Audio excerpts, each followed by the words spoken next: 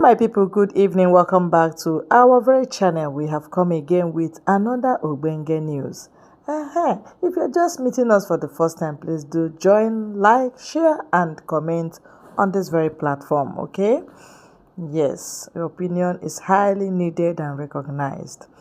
Now, Onyema has just opened up. He said, you think say only that Sudan thing you don't do? No be only Sudan, you don't go vacate people. You say you get one way you do for this Nigeria, where we say, oh, their situation for worse more than Boko Haram, but he risked his life to do it. And I will have to read out what he wrote here so that we can narrate this news together. All right? Okay, now, Chairman of AP's Onyema has disclosed that his greatest service to Nigeria is not his offer to evacuate stranded Nigerians in Sudan for free. According to Onyema, there was a time when he risked his life to solve a problem in Niger Delta, which would have been worse than Boko Haram, and he considers it his greatest service to Nigeria. It should be recorded that in 2005, Onyema went into the Niger Delta region and brought out militants to embrace peace, and through his Foundation for Ethnic Harmony, he handled the demobilization and orientation of former Niger Delta militants. In a video shared on YouTube by Cries News, Onyema said, "At all times, I like using my God-given blessing to show how I can help my country. It is not about evacuation alone. I laid down my life in Niger Delta for this country. To me, that is my greatest service to this nation, because Boko Haram would have been a child's play. But I laid down my life and got Niger Delta sorted. But today, everybody is enjoying, and people have forgotten all that." Very good. That is Igbo man, a liberal-minded person, very broad-hearted. Igbo people are the people sacrificing. They are the people sacrificing. That Nigeria is together today, it is by Igbo people. Even the political class that we are abusing, they are the ones sacrificing everything to keep this unity together. That is why we call them unity beggars. We call them unity beggars because they sacrifice their rights, their time, their money, everything, even their ego, they sacrifice it to make sure that Nigeria is going. I'm telling you. Because if Fulani had ever sacrificed the pin, if they had sacrificed the pin in this country, Nigeria would have been more united than ever. You know why? If they can sacrifice these their boys that are killing Nigerians, at least remove insecurity from your table. Because that is what they placed on your table, insecurity. They placed terrorism and you are paying dearly for it. Yet, they are the ones draining your pocket in presidency. See, Nigerians don't have what it takes to understand the calculation Fulanis are doing against you. Let me tell you, the pig in the creek today, his only problem is Ndibo. Asare Dokobo, you people are the people he went in to, he brought you out from your creek, disarmed you, bring out your guns, stop shooting, come, let us negotiate together.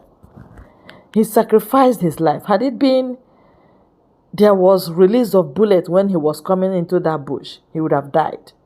That's why he said that evacuation of people from Sudan free of charge is not even the highest risk he has ever taken. Coming to pick Asare Dokubo and his creeks and his cohorts from the forest was the highest risk he took. In 2005, when Obasanjo wanted to destroy all of them. Yes, Obasanjo wanted to destroy all the youths in Niger Delta because of their oil.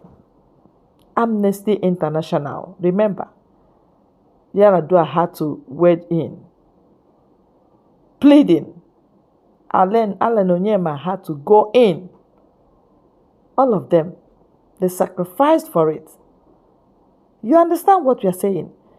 It can only be Igbo man in Nigeria. It can only be the Igbos that will lay down a lot of things just to keep this by force unity. This wicked unity that you are calling Nigeria. The other day, I didn't bring that news up. Adamu Garuba said, people were commenting, oh, Igbos are wonderful. Alan Onyema, God bless you. He was so angry. He said, are you thanking Alan Onyema? Have you thanked Buhari that gave him opportunity? I said, my God, opportunity, my foot. Is the opportunity to risk his life? Opportunity to use his airline? Opportunity to use his time? Opportunity to use his money? I don't understand. Who is even Buhari? In the first place, who is Buhari? Is it the dead one or the one that they borrowed? I don't understand the Buhari he's talking about. You know, when they are misbehaving, they don't know that people have sense. That Adamu Garuba said it. They should first of all thank Buhari that gave him opportunity. I asked, where is the richest man in Africa? Dangote. How many planes does he have? How many went to Sudan? Remember, when you are talking about Sudan, you are talking about Muslim-related countries. I mean, the students there were purely Muslims. If you find Igbos there, you won't find many. No, nobody goes there. It's Muslim things, all right?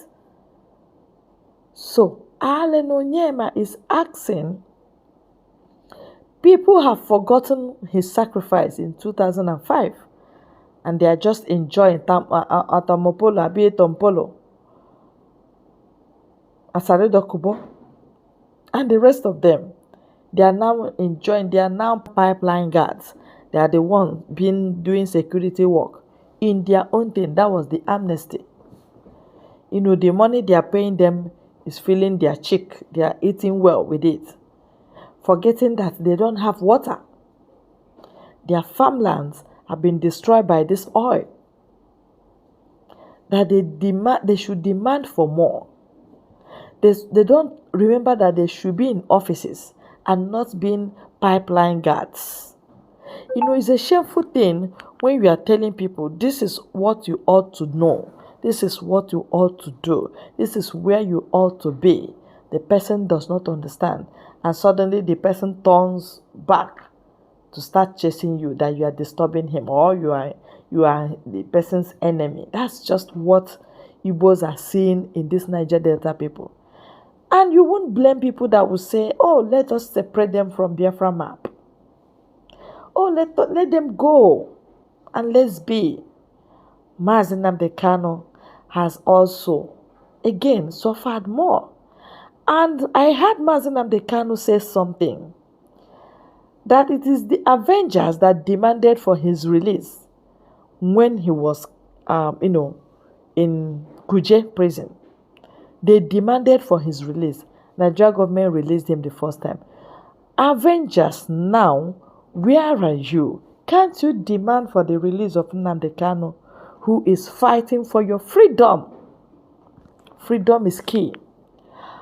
Pipeline guards will not save you anything. It will not stop the slavery. It is not enough.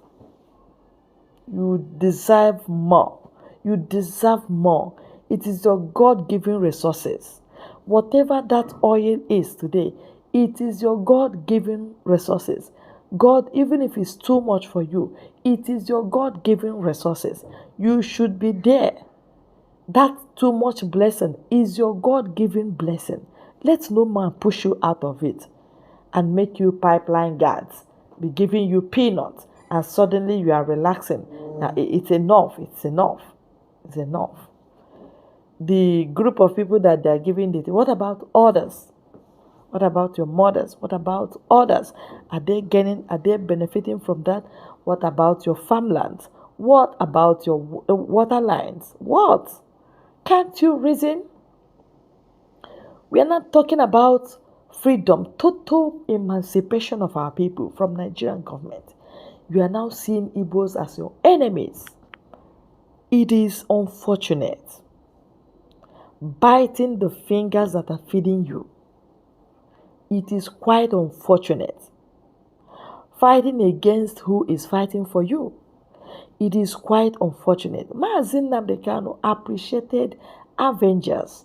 I could remember during his speeches. Now, Avengers have not spoken a word. For 2 years now, Maazị Nnamdi Kanu has been incarcerated. Instead of them to fight for their brother, they are keeping quiet. Whereas Fulani cannot sacrifice any Boko Haram member. I'm talking about killers. They will not sacrifice them. They will rehabilitate them. They do it together. They do it in unity. They do it in love. They do it in, they do it that you can't just say a word. From government house, they will do it. They will save that Boko Haram member. They will save that header that beheaded many people. So are we moving forward or are we moving back? Our people should use your tongue to count their teeth. Enough of Igbophobia. Enough of hatred of the Igbos. Don't hate them. Don't hate them. Love them the way they love you. And you find yourself, you prosper. You see?